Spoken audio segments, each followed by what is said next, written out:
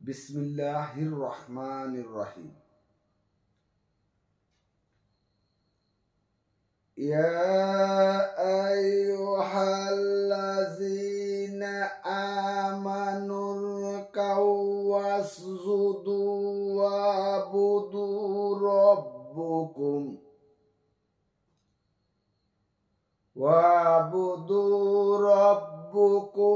ওয়াফআলুল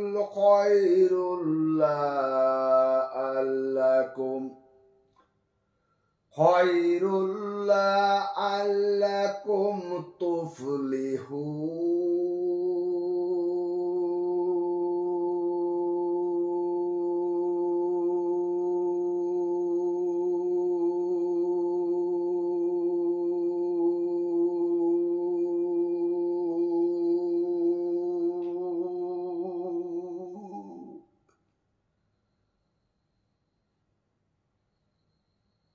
দম খাবার হয়ে যায় না, আমার কি হয়েছে?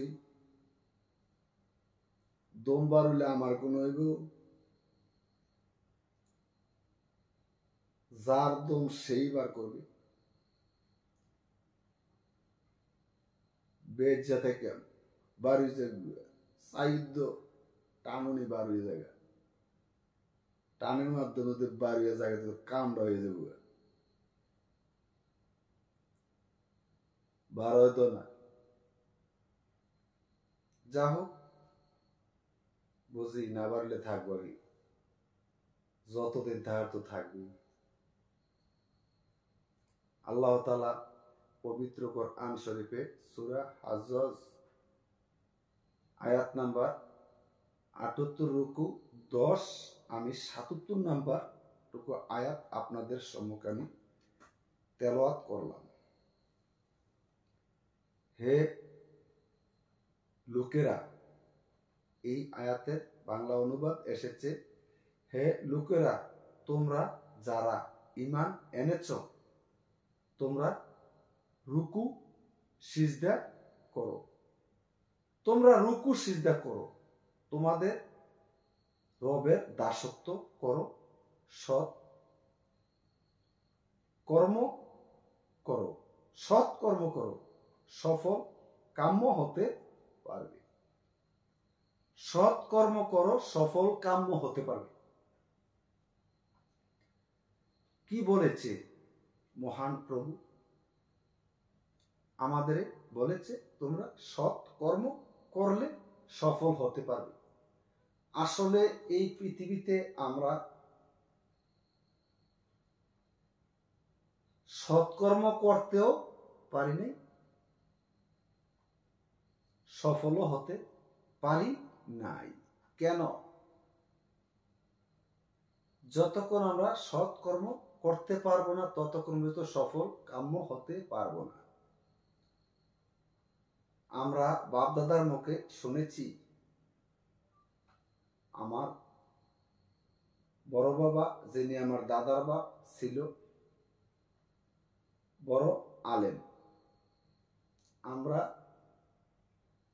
বাপ চাচার মুখে শুনেছি, আগেকার দিনে একজন মানুষ যখন একটা আয়াত পরে এক গ্লাস পানি ফু দিয়া যে কোনো রোগের জন্য মানুষকে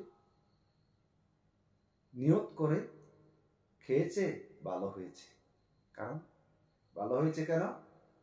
ওই সময় এত মিথ্যা কথা ছিল না, তার কারণে ভালো হয়েছে। এখন যদি এক কলসি পানিও হুয়াইয়া কলসিতে ফেলা দেয়, তাও কোনো কাজে আসে না। কারণ কেন? রাসূলুল্লাহ সাল্লাল্লাহু আলাইহি ওয়াসাল্লাম বলেছেন, ওয়াল কাযিবু লা উম্মাতি, ওয়াল কাযিবু লা উম্মাতি, তুমি মিথ্যা কথাটা বলিও না। আল্লাহ তাআলা পবিত্র কোরআনে বলেছেন, লানাতুল্লাহি আলাল কাযিবিন, অর্থাৎ মিথ্যাবাদীর উপর আল্লাহর নানত অভিশপ্ত, মিথ্যার দায়ে রসুল করিম সাল্লাল্লাহু আলাইহি ওয়াসাল্লাম সেদিন হাসরের মাঠে তাকে উম্মত বলে স্বীকার করবে না। এখন আমাদের সারা জিন্দেগি ভরা ইবাদত করলাম, মিথ্যা কথাও বললাম। ইবাদত আমাদের কাজে লাগবে যদি আমরা ওই বস্তুটা ছেড়ে দিতে পারি। আর ওই বস্তুটা যতক্ষণ পর্যন্ত ছেড়ে দেওয়া হবে না, হ্যাঁ, ততক্ষণ পর্যন্ত আমার কোনো পৃথিবীতে আমার কোনো কিছু গ্রহণযোগ্য হবে